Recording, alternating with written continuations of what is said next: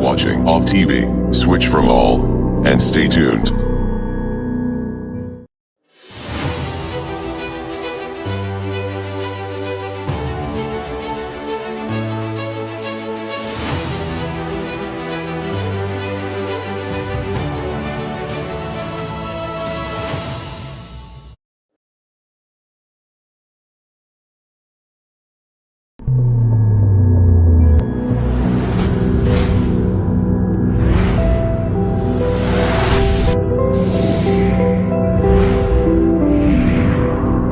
Keep watching Off TV, switch from all, and stay tuned.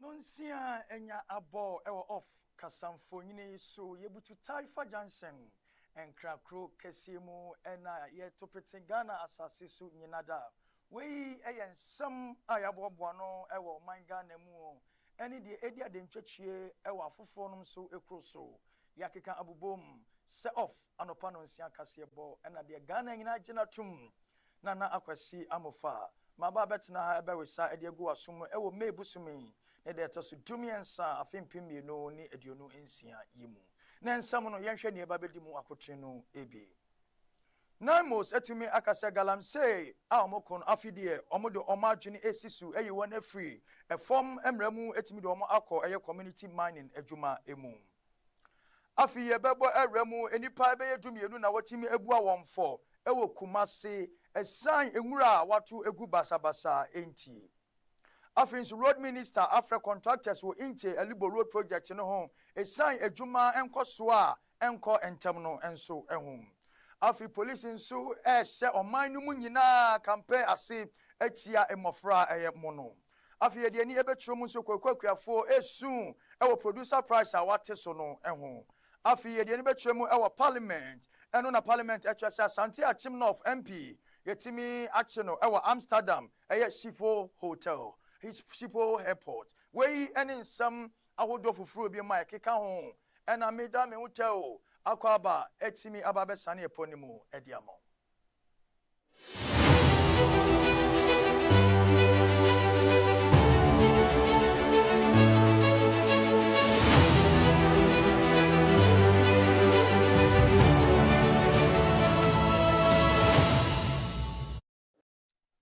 me bo ensamnimu edi amawa ko Facebook the answer bebo Off TV ewo honomo edi amame YouTube no enso eye Off TV sanso ena Google Play Store ya ye app kama eda ho a eho no nso no eye Off TV download brow phone so efama me na afi baby awunam bia no ubetimi ahye yen ewo ye niema ye nyinamu afi ensam no mu entremu eni yedi eni tremu ewa ahwefo garamse kun amsi ababeda oman Ghana so emu aye dendenden ya shase akun edifi JJ Rollins apenso ɛde bɛpem wɔn mampanyini kufuo nso ɛba bɛko yɛ afi Professor Mills ntimi nuanom amede asomdwe na mele hwehwɛ ɔno nso ɛba bɛko yɛ ɛno akyi no John Mahama na ɔyɛ current president ɛnkane na ɔba yɛ no wɔsan nso ɛbɛko yɛ na Nado Dankwa Akufo-Addo nso de n'akonya bɛto so Mahama nso aba nanso galamsey no kwa na ɛkɔ so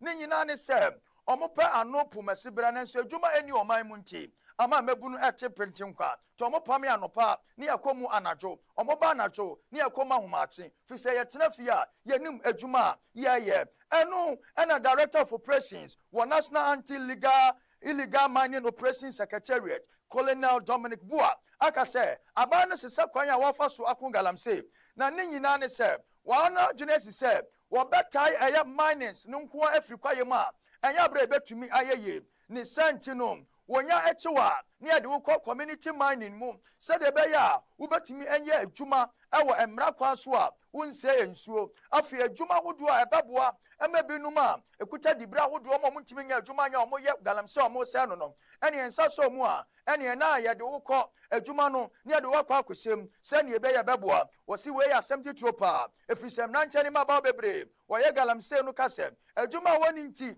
ene okoye sa adwuma no enti colonial etimi ebua asese sisi ade weni hyehyeye pa omo eba befa so na wei eyasem de kese pa na yentie ensema otimi ekai. From last year, I'm sure you've monitored what Naimos has been able to do. It wasn't easy when we started somewhere in May, June last year, where there was galamsey everywhere, and we wake up, the media space was flooded with galamsey issues. But ultimately, I think we've seen what Naimos is doing, and the media is also been carrying the news. We try to, especially along the routes from when you move from Accra to Kumasi, it was very nasty. When you move along the route, there was rampant galamsey. We tried to control that. And then the water bodies, we've tried so hard, but then it's something that has been on for so many years, and therefore it become a livelihood. And when you are tackling such challenges, you need to be diligent. You need to be careful because you can't take off people's livelihood without giving them alternative. And that's why, as you monitor the Responsible Cooperative and Skill Development Program, they are also registering. They've done a lot of registration. We are almost certain of to engage them, the miners, I should say, because once you register them, they don't want to call themselves galamseyers. Of course, they are miners because they become cooperative miners. So we are trying to shift them from the water and then put them into the cooperative mining, which they are comfortable with. One thing is that when you give them alternative livelihoods, which do not fetch as much as they get from there, it becomes a working futility. So we try to give them something which is similar and they are familiar, which is the mining. But we want to do it responsibly, as the government has highlighted and the Minister for Land and Natural Resources always highlights. We need to give them alternative, viable, sustainable livelihood. That's why we're responsible. Training Sambiamu and so say, any question galamsey queen yetumi adiyo amanyosem. It was a fa emra yasise adida hoso. Send your baby betimi aku galamsey na ye 2-1 akutia emrano asi edia free galamsey eyomu. Eno na waka se galamsey say yensu. Galamsey say yankwaye. Enim NDC ni ena enim MPP ni ena enim CPP ni ena enim RPP ni. Dia ni nyina ne se enso saya esai adimatimamufuo nyina da ni senti no yemfa manyosam no ento nchen na afi emra na esefata no yendi so na afi galamsey kono yentumi enyi emfa emfio. I said that in the galamsey space there is nothing like politics. We meet you there, we treat you as an individual who is committing a crime, and therefore we don't want to veer into the arena of politics. Politics is for the politicians, but when we get to the galamsey ground, it is individuals who are committing crimes. Let me end up by saying that Naimos has done so well, and so far we have achieved so much. Apart from the calm you see, behind it, we have arrested over 277 people from galamsey space, out of which 163 are foreign nationals, and 100 and something are Ghanaians. I should say the Ghanaians are smarter because they can escape. They know the terrain. Probably that is why.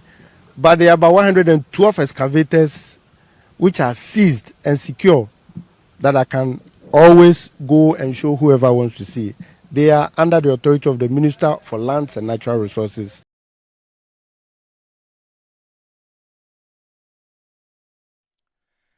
Midasu Echemu Ewo Galamsey and Sensem Nimua Nano a National Service Authority and Etumi Akase a water pump in Makomako ha. What the free Galamsey site no afedie or the baby pa ama on mino. Na no na osim what the begu in suo at the egu a year a burosu tomanto mfuo a baburu e kabaya 30,000 so what government feed Ghana program no emu. Anu na Director General Ruth Dela Seda Akase sa intervention beboa maduane etumi abebre na kuaye adwumanso etumi enyankoso ni nsem nyina ne se eniama kane no nanka ye wo haw amane ye di sensuo no afide wo magana fo enya aduane ede afiri mu wo magana fo etumi enyansa foforo etumi ede afiri mu enu nti no eye water pumps makomako ha wetumi age afiri Galamsey fo ensem no Jumedia, what do Kwakodi, any say, a bunch of say, dear, what the aba, I for government feed Ghana program, Numuno, a year a cassie, Babruma Kuma, 30,000, more a bro, and Antosi, and Omedi Ekwakugu, eso. Yes, we wrote a letter to you requesting that you support us with some pumping machines because this year we intend to work on 20,000 acres of land for maize alone and also 10,000 acres for tomato production. And so we all know that with these crops, water is very important. And looking at the distance between where the land is and then where the water body also is, it was imperative that we get as many as possible to support us in irrigation or for irrigation purposes. And so when the idea duly and well brought up by my able Deputy Director General in charge of operations, Colonel Moses Pengu, that why don't we get in touch with NIMOS, because NIMOS has quite a number of these seized equipment. I thought that it was a good idea and we wrote to you, and lo and behold, I think that it's just about 2 weeks and you got back to us. We actually requested for 50 and NIMOS together with the ministry decided to give us 100. I think that they deserve a round of applause. And it's definitely a commitment to ensuring that we see to sustainable, agriculture and feed. Ewa Asante Mantamani Ekwakopiemu ewo Kumasi na ni nyina no ene se watwe nipa makomako dumienu ema edu emema mienu a wono ebu wonfo ewo eye busura wato egu basabasa wo Kumasi Central Business District no emu ni nyina ne se oma enwura so na ne ye wo hwebonkum nifa na wogya to obaw kwabrane tumi gya ne nan na ode ahye eye roba mu enso to na wabeto edi atumu eno enam so ma omutime kwahie mu Prempeh Assembly District Court wo Public Health Act no ase no ono omo aka edi akyeremu se omo hwe se ahunidie ena afi bola kra ebetumi akoso kese ewo Kumasi ene ne mpatamu eno no mo kasa no mo kyem se gatas bebre edru basura mu afi nsuo ntini etumi asiu na nsuo bremu ensu yiri ebetumi aba wabra nsuo eba betoi eno ena omo akase sa nti omachi wo mu ye kokobodenden edima obiara oni hu kwan se wotumi eye biemu na wei ene sise ya hodo omo de agudwa sesisi eno omo de niema utumi ye bibi wia odi betumu eba besisi miamia sane ebeye betumi aboa ama kwabrane a ubeye nwura no ubetimi di atum na momusuomo na se ye chewodi a ene woni aban no emra ena ebedi. So today the Kumasi Metropolitan Assembly sent 12 people to courts. We sent them to Court 1 of Prempeh Assembly Hall Court, and it was presided over by His Worship Kweku Ansan Akrofi. Of the 12 that was sent to the courts, one of them is Khadija Dramani, 18 years old. She was found or fined faulty penalty unit because the court showed her mercy and said that she's young and she has no history of any bad behavior and she's a new person in Kumasi. The rest were fined 100 penalty units each. In default, if they are not able to pay, they are supposed to go to prison for 2 weeks. And then they were also made to sign a bond of good behavior for 6 months. The age ranges are between 56 to 18 years. And most of them dumped around the Otumfor runabout, the MTN zoo area there, and then the Wayek drain. For Khadija, the one that the court showed mercy, she was picked up around 3 a.m. yesterday, dumping in the Akwetia line drain there. And so we want to inform the people of Kumasi that they should help us in fighting this sanitation menace. And so if they see somebody dumping indiscriminately, they should report the person to us or video the person and forward it to us. We also want to appeal to members of this community and the metropolis that it is not fair or it's not right for them to dump indiscriminately. And so they should take advantage of the bins and the communal dumping sites so that they are able to dump there as the law stipulates. Free Kumasi na ya baremu ewa Ghana ya kwansen sema eda yera John Dramani Mahama na Kumasi kwa big push agenda etumi edi aba se wo hwe ni mu kwan se ekwan ya kwan fun kwan tantan ekwan ya wodi uka sisu obeba na wo ka na se obanyam na de ne kofa so a otimi ewu edoto eye ka nim na de se kwan no atete apansam se kontebe eni ni nuanom anu na Ghana mampani yera John Dramani Mahama etumi asiturodo ama etoa etumi ajesu ejane nsam ede ahye road minister nsam se aboza hwe na afi tutu mrano se ne tie sikasemu se ne beye kwan bia safata no yetumi aye anu na minister etumi makwa so ya incheni Lubo road no watumi ade ama contract se contract nhwe na wontumi anye na obra okopie mu hono ya tabri sika ye 80 million Ghana cedis edi amani se mobilization payment okodru wa akwai ekwan so di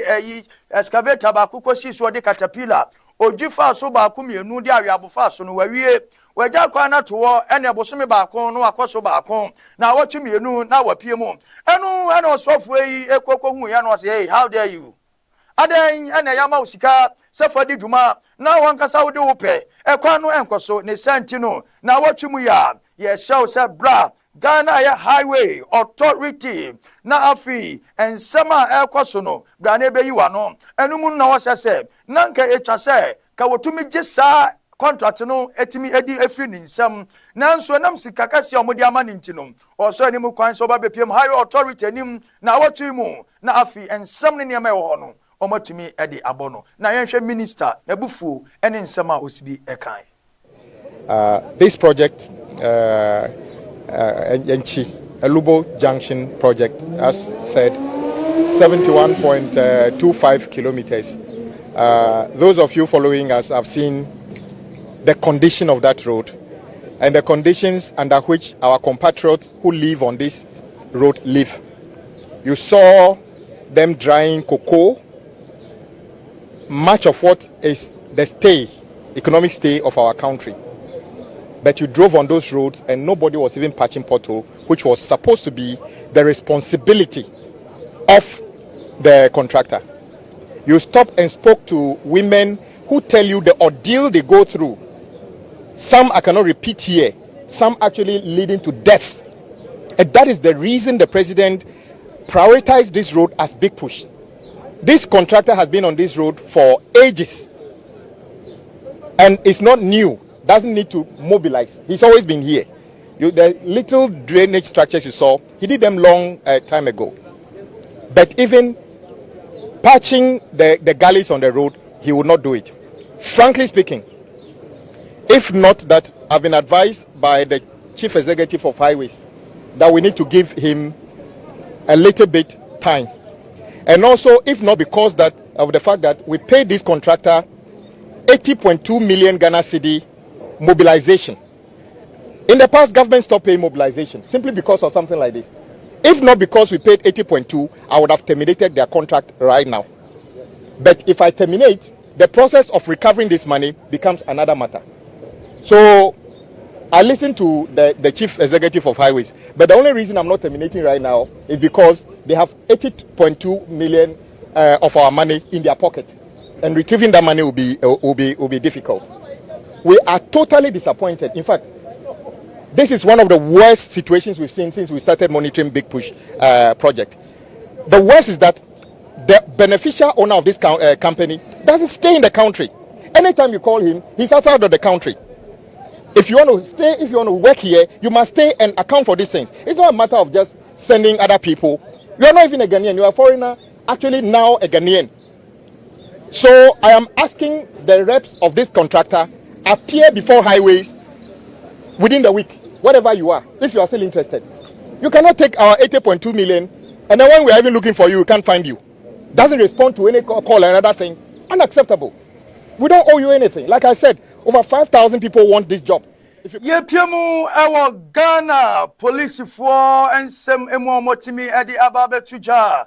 Ni nyina no eyese omo se campaign ase etumi edi atia mofra yetimi eto won emona. Eno na Ghana Police Service ese omo siesi omo ho ase nationwide campaign ase efa emofra omo nyamfie dunsia dunsu dunwotwe edi kwa omo tumi ene bema etumi eda. Eno na osi wubehu nani e papa tintin gram 40 years 25 30 60 na akwada ebeye mfie du mienu mfie nwotwe mfie ayebeye ensia nani e watumi apenkutobi na odi afefa ni baabi na woni abofra ada na wase no ebi mu ese mofra japade ebi mu ese mofra no dachi eno no si woye kwa esem denden ya awufo binum entumi enka afin so mofra binum enso entumi nka eba ne ya ne kataso memu aso na yaka ne ofie nanso na abofra no de wonam oya woni amane mu etimi sha abofra bitini mu obanyina enkase etwase be ma de ne ho ka no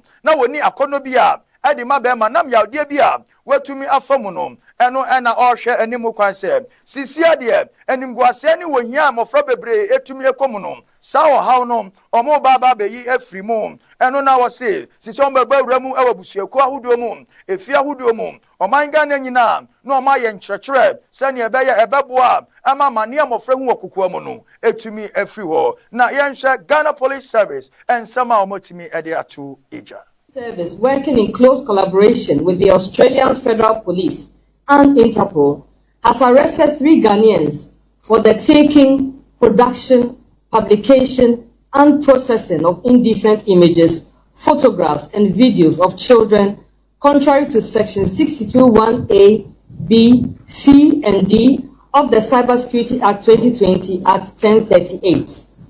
In January 2026, Interpol Accra received an intelligence report from Interpol Canberra in Australia and the Crimes Against Children Unit of the Interpol General Secretariat regarding a case of child sexual exploitation. The intelligence was shared by the Australian Federal Police and the Australian Centre to Counter Child Exploitation Victim Identification Team. According to the intelligence report, an Australian offender who was arrested in 2025 and is currently standing trial in Australia received child sexual exploitation material from facilitators based in Ghana. Records further showed that the offender transferred funds to the facilitators in Ghana in exchange for child sexual exploitation material involving victims also located in Ghana. The Australian authorities therefore requested the Ghana Police Service to conduct investigations aimed at rescuing the victims and arresting the suspects. The Ghana Police Service wishes to remind the general public that child sexual abuse is a criminal offence punishable by a fine of not more than 5,000 penalty units or a term of imprisonment of not more than 10 years or both. It has come to the attention of the police administration that this type of crime is increasing because it is relatively easy to commit, difficult to detect, and financially rewarded. Sadly, in the current case under investigation, the offenders are close relatives of the victims, specifically an older brother. Yaboremu ewo sefu from ana ye kwa kopiemu ewo nima ni nano eye bebi omudi dwa ejakase etimi atom na asa amanfo ne ma ne won ejapade enumunu ena omo a eniama ase omo ejapade no omusu edifra ban ne won ebi wo nsam se omekon won emoa na afei no ohawne amane kase omunemu no etumi afiri honomo edi amamo ɔmo si ogya no atumi asɛe ɔmo dwadie nyina da ɔmo sika binom a ɔmo kwagye ɛyɛ aban hɔ besia adi bɛhyɛ mu nneɛma ni nyina ayɛ basa ɛnam so ɛma osu ne adwadwo na ato ɔmo na ɛnum no na ɔmo kyerɛ mo sɛ ɛno ɛna ɔmo yɛ adwuma ɔmo ne ɔmo yere ne ɔmo manom ɔmo kununum ɔmo busuafoɔ ɛnsa kɔ wɔn anom enti ɔmo srɛ sɛ wɔn ebi wɔ wɔn nsam no wɔntimi ɛmɛko wɔn ɛmoa na yɛnhwɛ nsɛm a dwadefoɔ yi etimi de tu dwane su a adesrɛde a ɔmo srɛ fi Ghanafoɔ nkyɛn na me baby friend me say aha ehye enti me baaye ye ba ne fire wa ha police wa and the boys nyina so wa area boys nyina boys obia help se na be ye gya no be ba from obia born home modern ye ne fam de enti ye wie ye na ye obia ekọ ye free akọ na ekọ bo be 2 o'clock me nim time I start and then we friend me around 10:40. That was the time my friend me say aha ehye 10:40 na me baba ko friend me to a friend me na me free fee e buy yes light it starts from where the container wo baby I turn rubber until when I start here it's no moon to me enum no ne light off until na me say through that and na me say to mo obi ntimi nkyere the cause of the fire so ndura me wo fi be say 10:30 me didi me won mo no mutu America pe frɛ me say store no shi wo market ni mutino me mbra me be hwampan so me buy no omo say light no na page apem nti page na if you say eshi nti eshi fi bebi omo ton robbers ne caps no nti eshi nti boys na wa around no ya di suo ni ombo na ya den ya di dum no ansa na mo frɛ fire service omo buy so a ombe ye adwuma no kama nti odum ha na so wa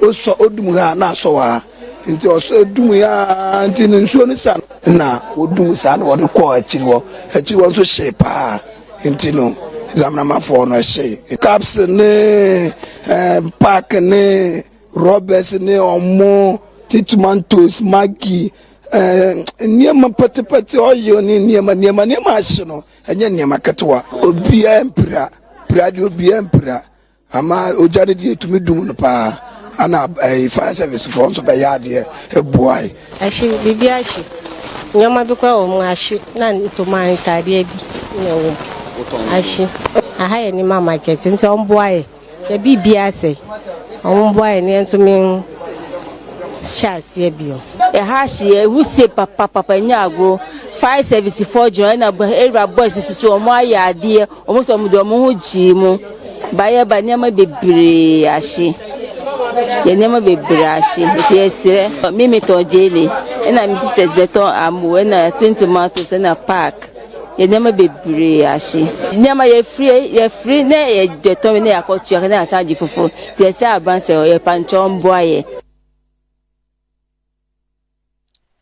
Yebo Eremani Eboremu Ewakwiafo ensensemu enu ena kokokwiafo esu etepetenkwa etre aban ewo eye producer price a wate so no enhu wose asetenemu etumi ayedin ade ama wonpa efise eniema bo ekosoro eye eniema omudi ye mfuo no ne bo no etimi ehwi kosoro afi ekwan ahodo monam so bebi a omofa etimi do mukoko ekoton ehonso etumi ayedin enu na kwiafo no egbo kokose eniema aban no eye no wei ebema emabunu entumi emfa omo ho enji mu ewo koko ekwiaye adwumani mu na afie do ha kasia pa ena etumi ede abra wo mu efrise niema enkane no nanka koko sika ba mutimi di tono sisia no sika ni ba sa niema no entimi nto enam so emommo fra binum school fees ahodo no afi obi yade sabia de ne ko sika mu betua no ayedin etumi ade ama wo mu enti akuafo no hwehwe se government ne nsa wonnom ensa ano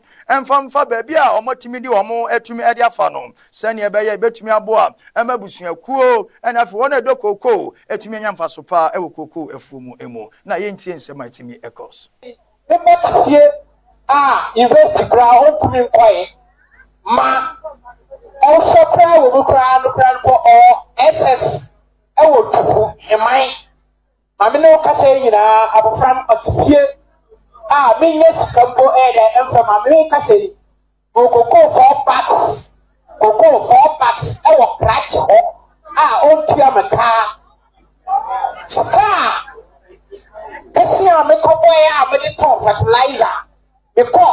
Unity International Bank na makoba besia mesi wo from Yakubu Isaka ekoha accounts number or impomediala abogu asema me kan meyi besampa nka me medina nsumu ha ke aha no bekoso nka me medina nsumu ha nanso oyo meyi besamti na ma medina nsumu ha ya America say oyo yibrisam oyo how oyo atete at my hand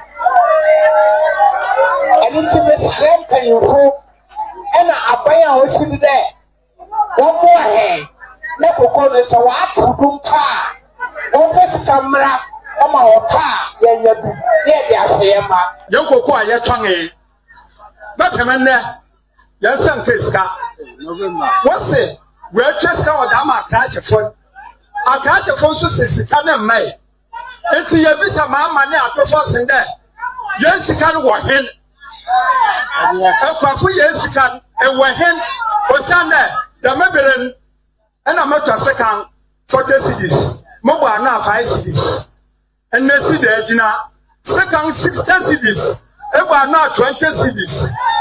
Sikaben, see the Gino, see the dollar, I pay, what can I do for my Yasha or Paya your family in the Mayati Yuqua. Nasamirie, number summer, so cocoa, Mitachin, and Sana Mayas come down, Bobabra. Namama Pedoka, Nanyonibia, Aba Nase, and Namana, every water, when yen. One wabari makan dompe na nado or the number from some dompe masai ye wanam since your good already and it's a son baby and I'm not even also sorry na insan in kadom premium namum koko na tete but the watu there could reasre sa enya bibi afa mawaswa inda mbono krono o si ye komaketa ye ntomo mo bieu ye boto tnafia and ye compare kakonto Yentumi yanto. It is a painful work Parliament one country on the day. If you might pay Yusuf Wasi, Yayela Mono, Yentum Naya Walawo. And I know they have me Cassiapa, they say. What a boy is so after 3,625. And they about 2,587. And no crowds also won't you have your forecast. Won't you have your forecast? I didn't hear. Bank of Ghana say. Yakokwa yakotono wa manoneno sika aba Bank of Ghana kwa 40 billion Ghana cedis. Bank of Ghana governor neka na wanya 40 billion Ghana cedis ade na kwa foko kodie umpesa obetua yaka naje se ebo apaye ananu yetia ne ya adwua enyeye na ne yetia ye ne abere a na ye nam nsuo mu amuso mu nam nsuo mu yi de ha ye kase apa ne se oma ye oma dwen se ebo no almost about the tissue ebie.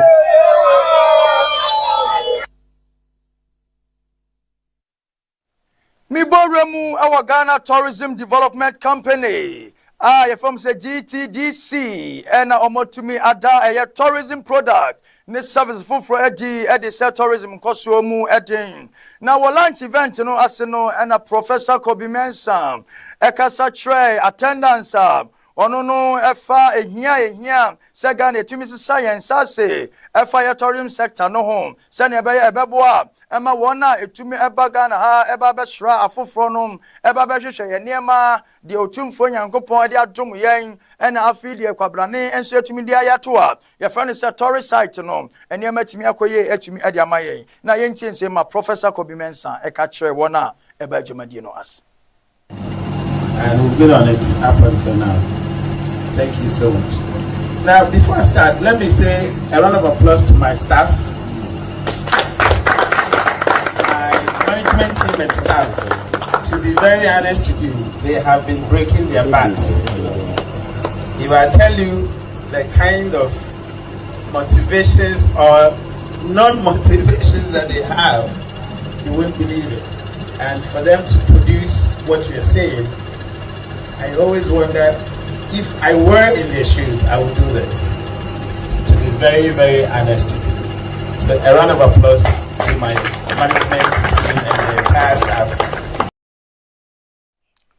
Whoa, I am Kabanant, Jumediemu, and a media personality. Oyen Sam Chojuma Chapa Wajidin Diani Abeku Santana. And so that tourism products no initiative I would do Eddie. And no see tourism a Chumano a Jumakasi betumi Abregana Sikapi. Yen Puano Amamere Afase ni Abakwa Semia Yenina. What to me Cassia say a betri a whole Eddie Abba or my Ghana mo. Na Yenti and Samabeku Santana and so Eddie Tuja. To GTDC, our car rental service is called Fleet Pool Management Service. That's all. But operating cars. Then we also have Ghana Tourism Investment Platform. This is a very important one, and I want to commend Professor Komensa and his team again. He actually launched an outdoor days tourism investment platform even before the IOMP was launched. The IOMP is under Ghana Investment Promotion Center, but this is specific owing to tourism assets and tourism investment platforms in the country. So if you're an investor and you want to invest in any area of tourism, if you go on to the GTIP or the Ghana Tourism Investment Platform, every region and the tourism potentials yearning for investment is there. Then the favorite and the famous one is GTM. GTM is a marketplace. When we say marketplace, it's a place where you have buyers and sellers.